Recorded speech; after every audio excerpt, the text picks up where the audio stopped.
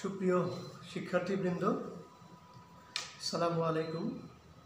আশা করি তোমরা সকলে ভালোই আছো। 2020-21 শিক্ষাবর্ষে তোমরা ভর্তি হয়েছো এই কলেজে। তো দুর্ভাগ্যের বিষয়, তোমাদেরকে আমরা সরাসরি পেলাম না। পেলে ভালো হতো, তোমাদের সাথে পরিচয় হতো। আজকে প্রথম ক্লাস তোমাদের ইতিহাসের আসলে প্রথম ক্লাস না, দ্বিতীয় ক্লাস। প্রথম ক্লাস তোমাদের নিয়েছেন ইসমাইল হোসেন সরকার স্যার। তো আমরা ইতিহাসে দুইজন শিক্ষক। আমার পরিচয়টা আমি দিয়ে নিই। আমি মোহাম্মদ আখতারুজ্জামান, সহকারী অধ্যাপক, ইতিহাস বিভাগ। তো আমার ইতিহাসের আর একজন শিক্ষক আছেন, উনি অলরেডি তোমাদের সাথে কথা বলেছেন, গত শনিবারে একটা ক্লাস নিয়েছেন। তো আমাদের ইতিহাসের দুইটা পার্টের মধ্যে একটা পার্ট উনি কন্টিনিউ করবেন, আর একটা পার্ট আমি কন্টিনিউ করব। সেকেন্ড পার্টের সাথে তোমাদের সাথে দেখা হবে। সেকেন্ড পার্টে অলরেডি প্রথম অধ্যায় এবং দ্বিতীয় অধ্যায় নিয়ে আমি বেশ কয়েকটা ক্লাস তোমাদের কন্ট্যাক্ট করেছি এর আগে, তোমাদের সাথে না, কিন্তু আরেকটা ব্যাচ, জাস্ট ইমিডিয়েট ফার্স্ট ব্যাচের সাথে। এই ক্লাসগুলি গত 1-1.5 মাসে, প্রথম অধ্যায়টা আমি কনফার্ম করেছি 3টা ক্লাস, আর দ্বিতীয় অধ্যায় 4টা থেকে 5টা ক্লাস। হিউজ একটা বিষয় ছিল। তো এই ক্লাসগুলি তোমরা রিওয়াইন্ড করে ফলো করার চেষ্টা করবে। আশা করি সেখানে সব কিছু পেয়ে যাবে। আর সেখানে যদি তোমাদের কোনো কোয়ারিজ থাকে বা তোমাদের যদি মনে হয় আবার ক্লাসগুলি নিতে হবে, তাহলে আমি আই উইল রিপিট ইট। কিন্তু আজকে আমি শুরু করব তৃতীয় অধ্যায়, সেকেন্ড পার্টের তৃতীয় অধ্যায়। তার আগে আমি আমার পরিচয় তো দিয়েছি। সরাসরি ক্লাস হলে তোমাদের আজকে হয়তো ইনিশিয়ালি মূল অধ্যায়ে যাওয়ার আগে অনেক বিষয় আশয় সম্পর্কে তোমাদের খোঁজখবর নিতাম। তোমরা কে কোথা থেকে এসেছো কিছুই জানি না। তো যাই হোক, আমি কিন্তু ইতিহাসের ক্লাস নেই, কিন্তু আমি প্রত্যেকটা ব্যাচের ছাত্রছাত্রীদেরকে আমি একটু আগেই বলে রাখি যে ইতিহাস বিষয়ে সম্যক জ্ঞান লাভ করতে হলে আমি ব্যক্তিগতভাবে মনে করি যে তোমাদের পাশাপাশি ভৌগোলিক বিষয়ে তোমাদের জ্ঞান থাকাটা বাঞ্ছনীয়। বিশেষ করে আমার সেকেন্ড পার্ট মূলত ইউরোপের ইতিহাস। ইউরোপের ইতিহাস জানব, অথচ ইউরোপ মহাদেশের কোনো দেশের নাম আমি বলতে পারবো না, কোন দেশ কোথায় অবস্থিত। সেগুলি যদি আমরা না বলতে পারি তাহলে সেটা আত্মস্থ করা কঠিন হয়ে যাবে। তখন মনে হবে শুধু মুখস্থ। ইতিহাস মুখস্থের কিছু বিষয় আছে, তারপরেও তোমার জানার কিছু বিষয় আছে। তোমার প্লেস, ব্যক্তিগত, বিশেষ করে প্লেস। এখন আমি তোমাদেরকে যে অধ্যায়টা পড়াবো সেটা হচ্ছে যে প্রথম বিশ্বযুদ্ধ, ভার্সাই সন্ধি এবং লিগ অফ নেশনস। আমি আগেই বলেছি যে সেকেন্ড পার্ট ঘুরে ফিরেই তোমাদের আমরা সেকেন্ড পার্ট মানে ইউরোপের ইতিহাস, ইউরোপ মহাদেশের ইতিহাস। ইউরোপ মহাদেশে অবস্থিত দেশগুলির মধ্যে যে ইতিহাস সংঘটিত হয়েছিল, যে ঘটনা হয়েছিল, সেগুলি নিয়ে আমরা আলোচনা করব। যেমন প্রথম অধ্যায় ছিল তোমার শিল্প বিপ্লব। শিল্প বিপ্লব মানে আমাদেরকে বুঝতে হবে যেটা আমরা ইংল্যান্ডকে নিয়ে, ব্রিটেন, এটাকে নিয়ে আমরা জানব। সেকেন্ড পার্টে ছিল ফরাসি বিপ্লব, দ্যাট ইজ ফ্রান্স। আজকে আমরা প্রথম বিশ্বযুদ্ধ সম্পর্কে যদি আলোচনা করি, সেখানেও বেশ কয়েকটি দেশ, অন্তত 6টা দেশের নাম তো আমাদের মনে রাখতেই হবে। তবে বিশ্বযুদ্ধ কাদের মধ্যে, কার মধ্যে সংগঠিত হয়েছিল, এটা যদি আমরা না বলতে পারি, অপোনেন্ট পার্টি কারা কারা ছিল, সংগঠন কারা কারা একত্রিত হয়েছিল, কারা কারা তাদের নিজেদের দল ভারী করার জন্য অন্য দেশকে নিজেদের কাছে টানার প্রয়াস পেয়েছিল, এগুলি সম্পর্কে আমাদের জানতে হবে। এবং প্রথম বিশ্বযুদ্ধ, যেটা বললাম যে ভৌগোলিক জ্ঞান এই জন্যই থাকা প্রয়োজন, যে ভৌগোলিক সেন্স যদি তোমাদের না থাকে তাহলে তোমরা ইতিহাস সম্পর্কে পড়ে খুব বেশি মজা পাবে বলে আমার মনে হয় না। এবং মনে রাখাটাও একটু কঠিন হয়ে পড়বে। যাই হোক, আজকে তোমাদের প্রথম ক্লাসেই আমি খুব বেশি ডিপে যাওয়ার চেষ্টা ওইভাবে করবো না। আমি যে প্রাথমিকভাবে তোমাদের যে আইডিয়াগুলি দেওয়ার চেষ্টা করলাম, যে যখনই আমার তোমার সেকেন্ড পার্টের বিষয়গুলি নিয়ে তোমরা পড়বে বইটাকে, তখন পাশে অবশ্যই ইউরোপের ম্যাপ তোমরা পাশে রাখবে। তোমরা যখন থরলি রিডিং পড়বে, সেই রিডিংয়ের সাথে সাথে কোন দেশ কোথায়, কীভাবে অবস্থান, ইতালি কোথায়, ফ্রান্স কোথায়, জার্মানি কোথায়, ইংল্যান্ড কোথায়, এগুলি যদি তোমরা মাইনরলি সেই দেশের অবস্থানগুলি সম্পর্কে যদি তোমার ধারণা না থাকে, তাহলে ইতিহাস পড়ে মজা পাবে না কিংবা মনে থাকবে না। প্রথম বিশ্বযুদ্ধ নিশ্চয়ই তোমরা জানো যে এটা কবে শুরু হয়েছিল, কার কার মধ্যে হয়েছিল। হয়তো প্রাথমিকভাবে একটু আইডিয়া থাকলেও তোমাদের থাকতে পারে, না থাকলে তোমরা নতুন করে এই বইগুলি পড়ার চেষ্টা করবে।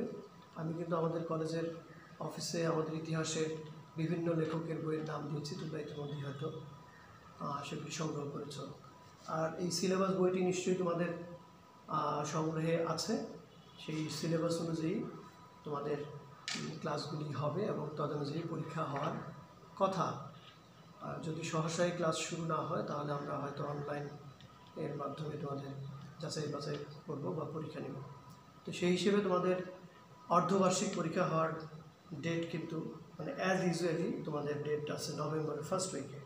হয়তো সেই সময় হবে কিনা জানি না। বিফোর দ্যাট আমি তো তোমাদের প্রথম অধ্যায় এবং সেকেন্ড অধ্যায়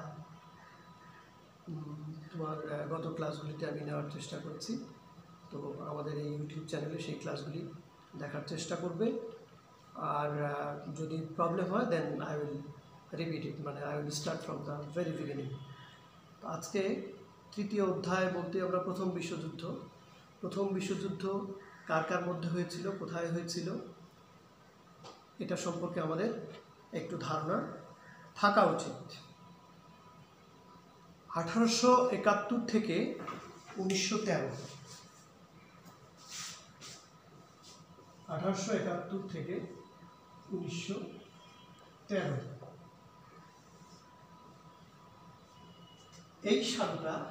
এই সাল থেকে এই সাল পর্যন্ত 42 বছর, খুব সম্ভবত 42 বছর যুদ্ধ প্রস্তুতির সময়। এই যুগকে, এই সময়কে বলা হচ্ছে শান্তির অন্তরালে সমর প্রস্তুতির যুগ বা সশস্ত্র শান্তির যুগ। এটাকে কালেকটিভলি আমরা age of armed peace, age of armed peace নামে উল্লেখ করতে পারি। তারপরে এই সময় তথাকথিত শান্তির আড়ালে প্রত্যেকটা দেশের মধ্যে একটা যুদ্ধ প্রস্তুতি শুরু হয়েছিল। তো আমি খুব বেশি হয়তো তোমাদের সাথে 20-25 মিনিটের মধ্যে আসলে অনেক কিছুই কাভার করা যায় না। আমি যতটুকু আজকে তোমাদেরকে কি পয়েন্টসগুলি দেওয়ার চেষ্টা করব। আর প্রথম ক্লাস একটু ভূমিকা বেশি নিতে হলো, আর আমরা সেকেন্ড ক্লাস থেকে ডিটেলস তোমাদের পড়ার চেষ্টা করবো। আর যতটুকু পারি আজকে কনফার্ম করার চেষ্টা করব। যে সময়টা বললাম 1871 থেকে 1913, এই 42 বছর, এই সময়টাকে age of armed peace, that is সশস্ত্র শান্তির যুগ হিসেবে ঐতিহাসিকগণ অভিহিত করেছেন। 1913 কেন বললাম, তার কারণ 1914 সালের 28শে জুলাই এই প্রথম বিশ্বযুদ্ধ শুরু হয়েছিল। আর এটা লিঙ্গার করেছিল তোমার 1918 সাল পর্যন্ত। এই 4টা বছর প্রথম বিশ্বযুদ্ধ সংঘটিত হয়েছিল। এতে কম বেশি 34টা দেশ অংশগ্রহণ করেছিল এবং ব্যাপক প্রাণহানি, অন্তত 1 কোটি লোকের প্রাণহানি ঘটে। 1871 সাল এই জন্যই বললাম যে 1871 সালের ইমিডিয়েট আগের বছর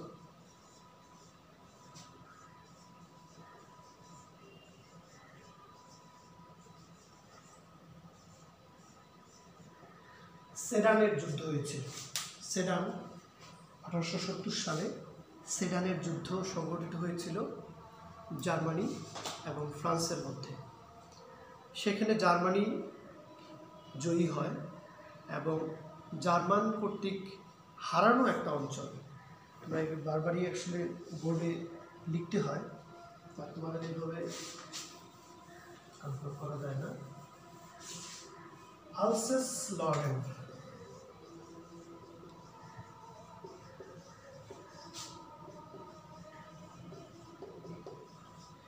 আলসেস লরেন নামক একটা ইম্পর্টেন্ট প্লেস, যেটি লৌহ ও ইস্পাত খনিতে সমৃদ্ধ।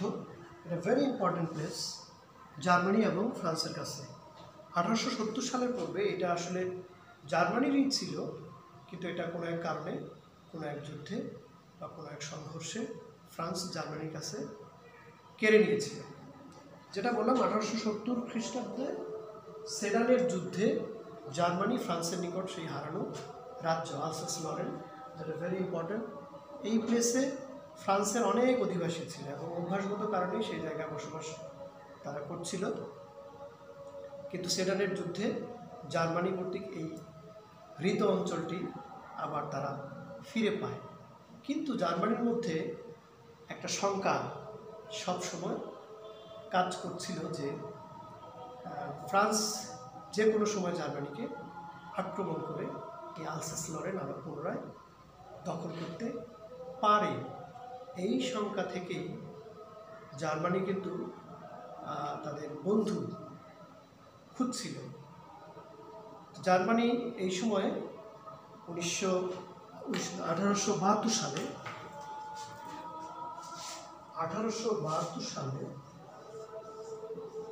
Germany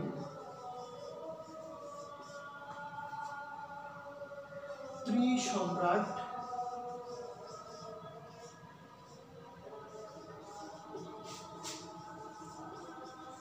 League,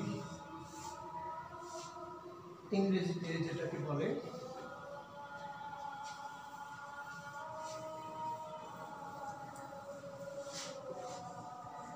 three empires League.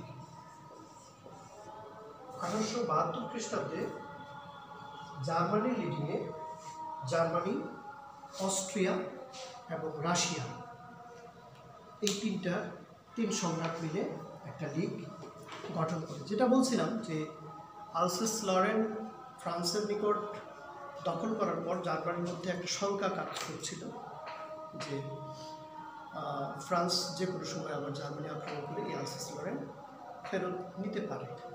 সেই জন্য তার দলে দেশ আরও সংগঠন, দ্যাট ইজ অস্ট্রিয়া, রাশিয়া মিলে 1872 সালে ত্রিসম্রাট league, that is three empires league নামে একটি সংগঠন তারা তৈরি করে। কিন্তু পরবর্তীতে দেখা যায় যে রাশিয়া এই লীগ এদেরকে জার্মানিকে ছেড়ে চলে যায়। তার কারণ বলকান রাষ্ট্রগুলি নিয়ে তখন অস্ট্রিয়ার সাথে রাশিয়ার টানাপোড়েন চলছিল। অন্যদিকে রাশিয়া কিন্তু সাপোর্ট করতেছিল তোমার এই অস্ট্রিয়াকে। সেই জন্য রাশিয়া এই ত্রিসম্রাট লীগ ত্যাগ করে। পরবর্তীতে তাহলে মিত্র শক্তি হিসেবে তোমার জার্মানি এবং অস্ট্রিয়া থাকলো। সেখানে সেই সময় কিন্তু জার্মান চ্যান্সেলর ছিল বিসমার্ক, ইতিহাসে খুবই নাম করা ব্যক্তি বিসমার্ক জার্মানিকে একটা সূত্রে নিয়ে আসতে সক্ষম হয়েছিল।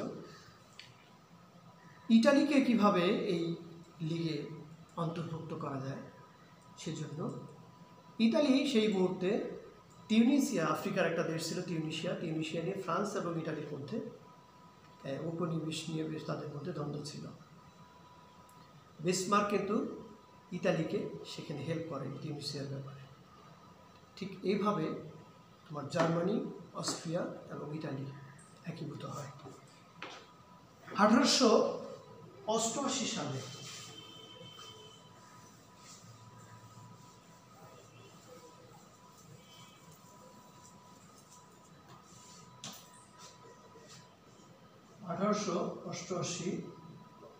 খ্রিস্টাব্দে Germany, Austria plus Italy, Italy মিলে ত্রিশক্তি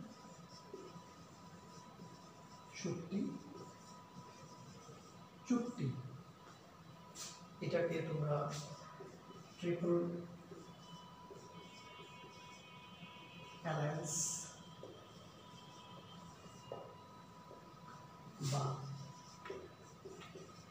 ট্রাইপার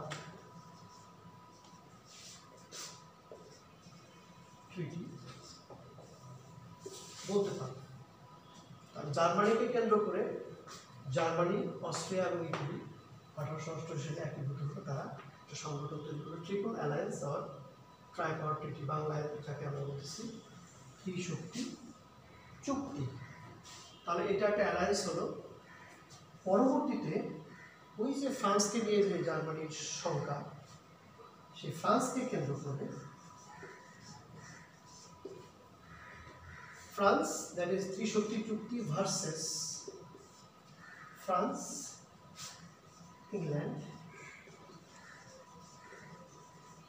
এবং পরবর্তীতে যে রাশিয়া জার্মানির সাথে ত্রিসম্রাট লিগে ছিল, সেই রাশিয়া এই দলে এসে যোগ দেয়। এটার ফরমেশন টাইম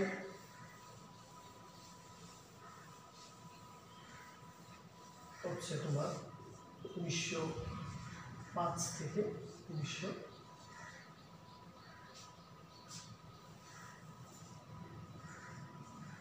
1907 মধ্যে।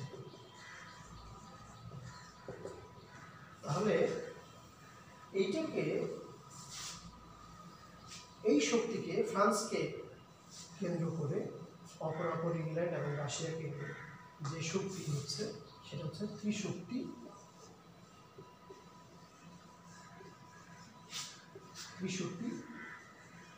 আঘাত।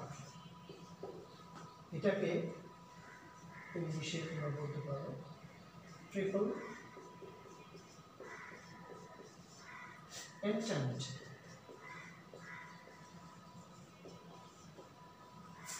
Triple entente or tri-power entente or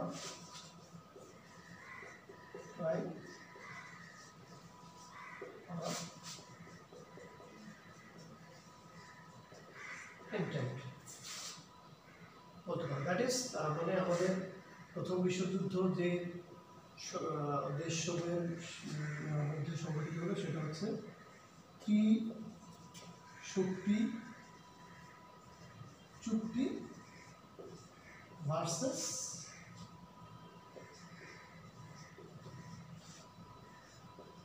ত্রিশক্তি আঘাত। এটাকে ট্রিপল অ্যালায়েন্স বা ট্রাই পাওয়ার ট্রিটি আর ট্রিপল এন্টেন্ট, যেটা ফ্রান্সকে কেন্দ্র করে 1905 থেকে 1907 মধ্যে ফরমেশন হয়। পরবর্তীতে দ্বিতীয় বিশ্বযুদ্ধেও আমরা এই সমস্ত দেশ, বিশেষ করে তোমার জার্মানি এবং ফ্রান্সকে কেন্দ্র করেই আমরা আবার দুটা দলের মধ্যে, দুটা গ্রুপের মধ্যে আমরা সংগঠিত হতে দেখি। সেটা আমরা দ্বিতীয় বিশ্বযুদ্ধে আমরা ডিটেলস করানোর চেষ্টা করব। আর এই প্রথম বিশ্বযুদ্ধ কার কার মধ্যে সব আপাতত ইনিশিয়ালি এইটুকুই। আর এগুলি নিয়ে আমরা কেন প্রথম বিশ্বযুদ্ধের কারণ, প্রত্যক্ষ পরোক্ষ কারণ আছে, যেগুলি নিয়ে আমরা পরবর্তী ক্লাসে আলোচনা করার চেষ্টা করব।